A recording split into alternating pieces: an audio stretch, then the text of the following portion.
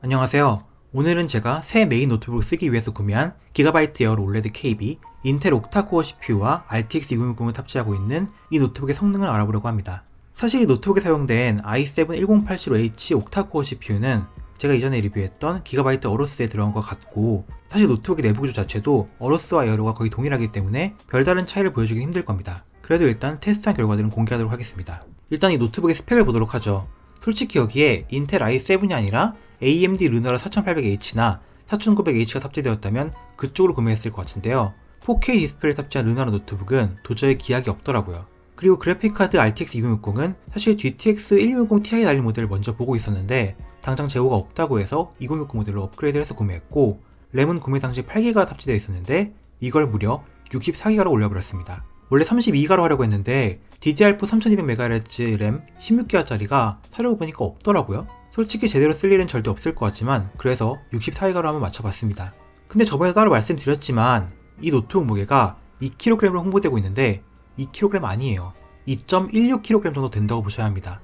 무게를 적게 표기한 게 실수인지 고의인지는 잘 모르겠습니다. 내부 구조는 어로스와 거의 동일합니다. 윈드포스 인피니티 쿨링 시스템이라는 촌스러운 이름의 쿨링 시스템을 가지고 있고, 팬 소음이나 확장성도 어로스와 거의 동일하다고 보셔도 됩니다. 지금부터의 성능 테스트는 특별히 언급이 없는 경우 CPU, GPU의 전력 레벨을 가장 높게 설정하고 팬 설정은 게이밍으로 두고 테스트한 결과입니다. 이렇게 세팅하였을 때 CPU의 파워 리밋은 62W, GPU는 90W입니다.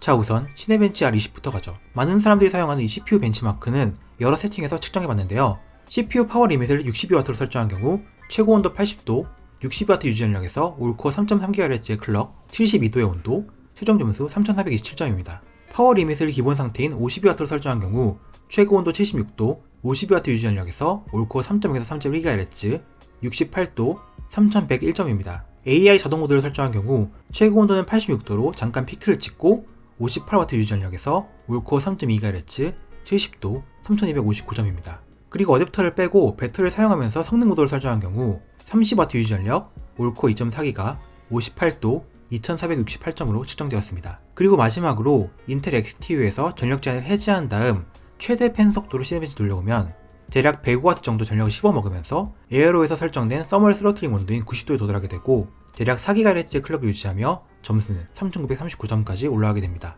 다른 노트북들과 비교해보면 당연히 같은 CPU를 사용한 어로스와는 거의 비슷한 결과가 나왔고, 9세대 i7-9750H가 65W 전력, 최적의 상황에서 3000년대 초반 점수까지 나와주기 때문에 사실 그렇게 큰 성능 향상인가 하고 생각하면 좀 애매한 부분입니다. 물론 전력 제한을 해제하면 나름 높은 점수가 나오지만 현실적으로 노트북 GPU에 100W가 넘는 전력을 쏟아붓는 건 일반적이지 않은 상황이죠. 9세대 i9-9980H와 비슷한 성능을 보여주는 건 사실 나쁘다고 할 수는 없지만 인텔이 홍보하는 만큼의 클럭은 절대 나와주지 않고, 라이젠 르나르 4900HS 같은 7나노 옥타코어 CPU는 손쉽게 시네벤치 점수 4000점대가 나와주기 때문에 인텔의 14나노 진국도 이제 어느정도 한계에 봉착한 모습입니다. 하지만 CPU 자체의 성능과 별개로 에어로의 쿨링은 인상적인 수준입니다. CPU가 62W 전력을 소모하는 중에도 70대 초반의 온도를 유지했죠. 다음으로 긱벤치입니다. 긱벤치 CPU 싱글코어 1243, 멀티코어 7089점으로 측정되었는데 이는 같은 CPU를 사용한 어로스와 비교했을 때 싱글코어 점수는 거의 비슷하지만 멀티코어 점수는 더 높았습니다. 여러 번 반복 측정해도 비슷한 결과가 나오더라고요. 다만 이유는 정확히 모르겠습니다. 컴퓨터의 일상적인 성능을 테스트하는 PC마크 10에서는 총점 6315점, 그리고 개별 항목의 점수는 다음과 같습니다. 긱벤치 오픈CL GPU 점수는 69129점으로 측정되었습니다. 3D마크 파이어스트라이크 점수는 총점 15065, 그래픽 16230, 피직스 2539점으로 GTX 1660 Ti와 2070 슈퍼 맥스큐 사이의 그래픽 점수를 가지고 있었습니다. 3D마크 타임스파이에서도 비슷한 양상의 점수를 보였습니다. 어댑터를 빼고 배터리 고성능 모드에서의 파이어스트라이크 점수는 대략 다음과 같이 어댑터를 사용한 경우에 60% 정도로 측정되었습니다. 점수만 보면 그닥 나쁘지 않은 결과이지만 사실 중간중간 프레임 드랍이 너무 심해서 어댑터를 빼고 고사양 게임을 하기 어렵다고 보셔도 되겠습니다. 배터리 소모도 무지막지하고요.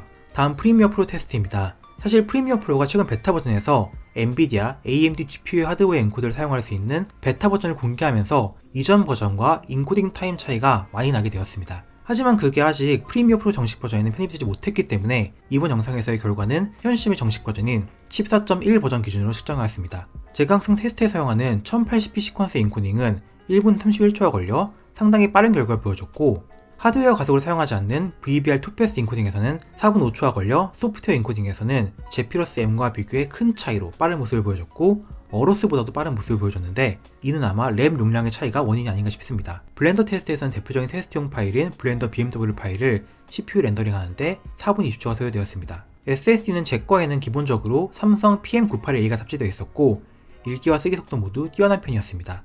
에어로 올레드는 게임이 주력인 모델은 아니지만 충분히 게임을 할 만한 하드웨어이기 때문에 실제 게임을 플레이해보았습니다. 몬스터 헌터 월드 최상업에서는 평균 63프레임, 1% 하위 프레임은 47프레임 나왔으며 게임 중 CPU는 85에서 90도, GPU는 81도 정도로 측정되었습니다. 위쳐3 최상업에서는 평균 66프레임, 1% 하위 프레임은 56프레임이 나왔으며 게임 중 CPU는 85에서 90도, GPU는 80도 정도로 측정되었습니다. GTA5는 옵션 프리셋이 없어 노트북 체크 사이트에 벤치마크를 첨부하여 최상업 설정을 맞추었고 대부분의 설정을 최대한 끌어올린 상태입니다. 내장 벤치마크 툴의 마지막 장면의 프레임을 측정하였으며 평균 74, 1% 하위 프레임은 54프레임이 나왔습니다. 레드 데드 리뎀션 2는 기본 설정에서 프리셋바만 가장 높은 쪽으로 조정한 뒤 게임의 내장 벤치마크를 사용하여 측정하였습니다. 평균 프레임은 43.7, 최소 프레임은 33.4프레임으로 측정되었습니다.